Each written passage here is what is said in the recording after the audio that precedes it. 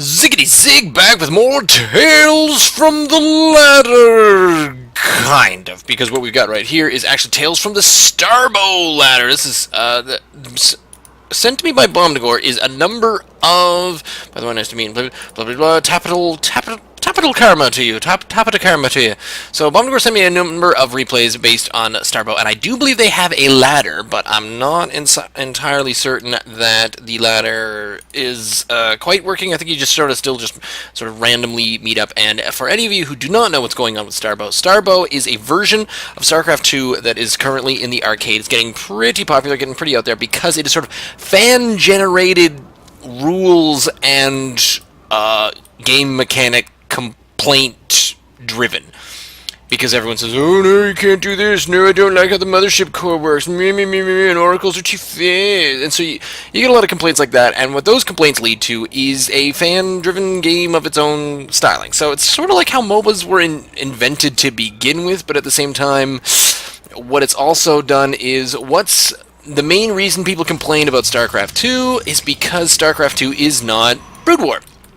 So, I'm not quite sure what they're agreeing to here. I haven't really been reading it. Let's just find out. I forget people can be nice on games. Okay, so they're just agreeing that people can be nice, but they aren't normally. But what's happening here, this is also obviously a new map, so they made maps for everything. This seems to be a 6-player individual map. This one's called Python. You can tell it's called Python because somehow the dirt has formed itself into a snake-style shape. This is the fastest way of putting that. There's no barracks coming out right away for Bomdagor, which I find kind of interesting, because he certainly has the money for it. I'm wondering if he's going to go middle of the map and just start... Oh, that's kind of an odd building to have right there. And start building something there. But no, here we go. It's going in at the back. So, no, it's just a refinery. And there's the barracks right there. Alright, so if you have a look over here, we're at pretty low EPM at the moment. But what you do see coming out of a lot of these buildings are...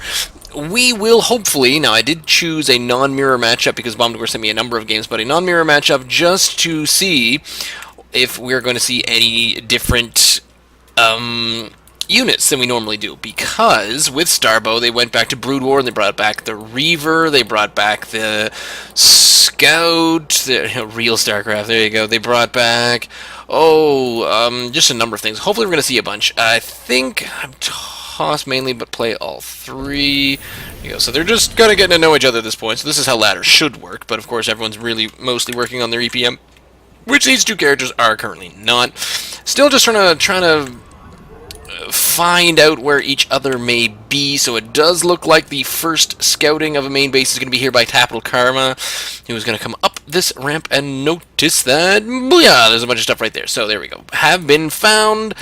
Bomdagor is still just on his way around, and he does need to search at all 6 of these positions. I do believe are the mains. It is arguable as to whether or not that is in fact true, but here's the mirror for that one. Here's the mirror for that one. So there's at least 4, and possibly these 2 corner ones.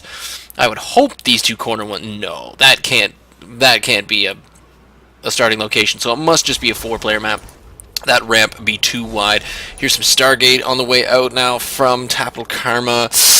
We do see a factory and another command center, so it looks like Bomdagor is going to attempt to do a bit of an expansion. They're still just sort of chatting away, but now, there we go. So Bomdagor has now figured out that this is the only place left, because hopefully, there we go. So, and there's even an expansion right now on the way from TapetalKarma, but Bomdagor does not see what's going on up here in the base, so it does not see that the Stargate is warping out a Sentinel.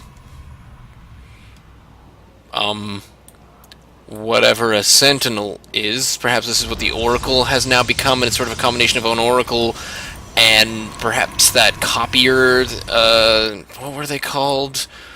Oh, it was like a copier, but it was the one that could just make a copy of something. Can't remember the name of it. But in early StarCraft 2, there was a Protoss... I almost said a Protoss 2 unit. Happens to the best, so let's have a look at this. And this is a Sentinel, which means it has Null Ward. Places a Null Ward, locates an enemy unit, will launch itself, detonate, destroying itself, taking damage, and slowing units. K, Glare, detect enemy cloaked units, and Temporal Field...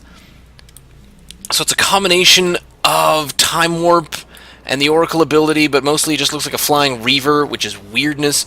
So here is TapetalKarma, just trying to have a look and see what is going on, but mostly now Bomdagor is trying to get a bit of defense, but the problem is against the defenses, it's not going to be much of a defense against this air unit, and I'm thinking that using either the Null Ward or the Temporal Field up against this 6-second delay starts to automatically search for nearby enemies when it locates it. So it's a turret. It's effectively a turret, I think. I'm just trying to read as fast as possible. Meantime, there are still more sentinels coming out, so it does seem to be the way to go. Here it comes, and we're going to see what happens. There's the Null Ward. 6-second warp in, and blam! Stuff has occurred. Stuff's going on, workers killed, things killed. Seems to have null warded this refinery, so the refinery now has a null ward on it. I'm not quite sure precisely how that works. Meantime, there are a lot of things being destroyed by this sentinel. There's yet another... there's 2 more over here waiting to see what's going on, so if you now have a look at the income tab, that has pulled TapetalKarma ahead a bit of the way. This planetary fortress is certainly going to help out, but now with the number of missile turrets, so Bomdagor has effectively surrounded his front door, but this side door is still kind of susceptible. Did get a number of kills there. 4 kills, not an amazing amount of kills, but there's the building armor and fusion core, so it now looks like Bomdagor is going to try to do something up against this. There's a Viking. It seemed to be a different animation on that Viking. I do sort of like it. Maybe that's the animation from the bulked up Vikings from the Wings of Liberty campaign, when you get to no, not the bulked up ones, the mercenary ones, where I always thought the mercenary units were actually looked a little bit cooler than kind of the basic unit, so that could be just a merc right there. And oh, here they come in before the missile turret is on its way. These sentinels are going to come in here and probably take quick care of these units for a game that was designed around the fact that, oh, kaboom, blammo! So that is just sort of a combination. It's like a raven there. So Bomdagor is now going to need to figure out how to keep this Viking, to keep these sentinels out for a game that was designed thinking that oracles were too ridiculously overpowered. Those are some ridiculously powered oracles. I can't figure out a way around that you would get around that. There's no gold minerals here. There's just kind of a just minerals patch there with no gas, and there's no, it doesn't seem to be any just gas, which I don't think there would be. Here the sentinels still just kind of chilling out. These sky reavers, I suppose you could put it. We have the behemoth piercing reactor, lots of different reactors and things, ship weapons. Meantime, we have more sentinels and charge, so it's going to be kind of air and ground. I'm not sure. It doesn't look to me, so yeah, it's just going to be a lot of charge lots. There's double upgrades going to be happening right there. These sentinels, I'm not sure if they can do air to air. It doesn't really tell you too much about that. This probe here has really been doing a number, but on just the scouting and sort of map awareness. But here come a couple of Banshees, which do automatically have Cloak, which I can't remember if that is one that you don't need to research for anymore, but it also looks like, I think we're probably going to see, I think with the behemoth reactor, yep, there we go. So these guys are going to do some shooting until we get a number of units in, but the problem is that if I'm right about these sentinels, there are the sentinels kind of moving in towards the missile turrets, and here come the sentinels on their way back, so we may find out whether anything can do anything about these Banshees, but we got a number of kills on that thus far, with the workers killed and units killed now going in the exact opposite direction. Here come the sentinels, and see what the sentinels can do. Nothing. That's gone well. So what we have now is the Corsairs. They brought the Corsairs back from Brood War on their way out, and those should be air-to-air, if I'm not mistaken. And I am mistaken quite often. The Templar Archives is up. They're deciding not to, or at least TapetalKarma is deciding not to do any kind of... Oh, there we go. So we got a couple of Tempests on their way in. Now, one of the things that's going on here is that they've slowed down warp gates, so it does take a... What are you doing there, sir? It does take a lot longer of time to warp in. If I'll try and see if we can spot one happening up here, just warping in a number more cannons, just sort of sitting in the background as you normally would do. I don't think the... Oh yeah, so there we go. The gateway is not really... We got the Kydarian Citadel. Oh, what does the Kadarian Citadel get you? And where is it? Okay, it's up over here. It's just a photon cannon. But here comes some more Banshees. Still no air attack other than the defense of the cannons. So really, TapetalKarma is not quite prepared for this, other than also researching some Psionic Storm. But right now, Bomdagor is into the production of battle cruisers. So, oh, there we go. So they do... Oh, no, it's the Corsairs. All right, I thought it was just the... So the Corsairs are able to do a pretty significant amount of damage air to air, which is nice. The Sentinels, I thought he was using his glare, or no. So he does have glare, temporal field, could get out a null ward for whatever reason, but perhaps would not want to. Get a couple of Goliaths now is coming out for Bomdagor because up against that air attack. These don't appear to be warp gates, so I think they're just automatically transformed to warp gate, allowing it to warp in the ground. Okay, that was an interesting maneuver, but now we got a fair number of Corsairs, a lot more gates. Most of the units are now massing up over here, where we do have Corsairs, Sentinels, High Templars, who are able to do Psionic Storm and Hallucination. Alright, so this is before... I guess we don't do sentries in this one anymore. It's just, it's sort of an interesting combination. There's the battle cruisers, which are quite cool. So here comes some battle cruisers. These charge lots are going to move their way in. A bunch of null wards, but they mostly muckle onto the enemy units. So if you kind of move the front forward, what's next to happen to these null wards is they're not really going to have anything to attack, except for that Goliath and maybe a couple of these other units. So really, they just sort of stand as a very interesting combination of an auto turret and a hunter seeker missile. Whereas they just sort of sit there being timed, but instead of just picking off things, they wait until something comes within their range and then go at it like a time bomb. So, well, not like a time bomb, but... sorry, phone, it's cool, blah, blah, blah, blah, blah, do-do-do. That's... So I guess Bomdagor is just sort of making fun of TapetalKarma right there. Up to 4 of these at the moment. Up 4 battle cruisers. Here comes a few more units. Now moving into the Templars. The Stalkers have automatic blink. They even seem to be moving quite a bit faster than... Otherwise, TapetalKarma definitely has the army supply, but the Stalkers seem to move a little bit faster than... Oh, no, maybe not. Maybe this is just a slightly faster version. Let's have a peek here, and no, just regular speed. Okay, cool. Because the Zealots are moving just as fast as the fast-moving Stalkers, so maybe our army or unit speed is just up quite a bit higher.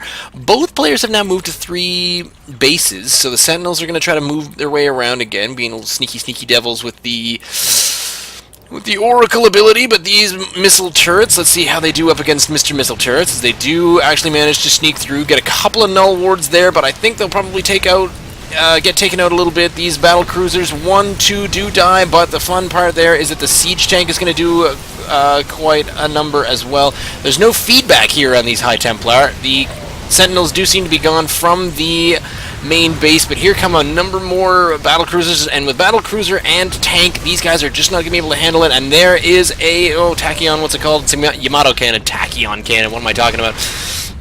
Not really having played enough of this. There's no abilities on the Corsair, so really it's just the basic attack. Now there's a couple of things. That is probably going to burn down. 1, 2, 3, 4, bam, there. And I know it was counting down and I was counting up, but that's just kind of how you deal with things. So hopefully, having taken care of the natural, TapetalKarma is now feeling pretty good about himself, and is now going to take a 4th base, cutting Bomdagor down to 2, but as far as TapetalKarma knows, he's cut him down to just 1, because, you know what you do when you attack, you certainly don't scout and see if there's any other bases to blow up. But I do believe that Bomdagor has enough money to continue making a couple more of these battle cruisers. There's more Corsairs on their way in, and our armory, Vikings, a number of other things, but just going to walk in again with this army, probably going to be able to take out... Oh, there's a Yamato cannon from the functioning battle cruiser. These 2 tanks sitting up over here, one of them not quite tanked up. I want to say tanked up, but it's sieged up. These charge lots are coming in here and doing a number, but there is nothing left here, and this battle cruiser has gone down. 1 battle cruiser remaining, but with his the air units lots and the charge lots. The Corsairs are going to be able to take out this battle cruiser, despite just having to sort of mildly dodge these missile turrets as they were able to come in here. The Zealots did sort of pave the way for the air units to wander in, and there wasn't much left there to Bomdagor. But what we did see there is the return of some interesting units out of Brood War. So again, what this game is a combination of StarCraft 2 and Brood War, as you're effectively playing a little bit of Brood War with a couple of updates, and it is a fan based. It's sort of like playing fan fiction is about the only way I could put it. Like, oh, what if you could play StarCraft 2, but you could still have things like Reavers and Corsairs and cool stuff like that? And what if I did a little bit of research. I didn't do a huge amount of research, but I'm just going on what people have told me. And then at the same time, I also checked, if you go over to starbow.com, starbow.org, something like that, there is a little piece that you can click on that says, here's the things that are unique to Starbow, which are different than, here's stuff we grabbed from Brood War, here's stuff we left in from StarCraft 2. One of the things that was unique to Starbow is how the Blink Stalkers work, because they kept the Stalkers, but they just adjusted them slightly. So they made some adjustments to some StarCraft 2 things, and then other things are just sort of, yeah, everything else is just, there are a number of different, that is the Templar Archives, but wasn't there there was some weird Kydarian amulet. There's some other additional building that I didn't quite recognize, but I can't find it at the moment. So, leave me a comment down below. Send me an email, ziggityzig@gmail.com, or you can follow me on Twitter @ziggityzig. We might continue with one or two more of these. Send me your replays. It might be something interesting. So we're just going to have a look at a couple, maybe one or two more Starbow games. I can't remember the name of the damn game. Maybe I'll look up a bit more, and we'll see if we've got anything else. It'd be cool to find a Zerg game. I think I've got a couple of Protoss ones, and there's an even longer game which we can maybe see some very exciting units happening there. Whew! Stay tuned.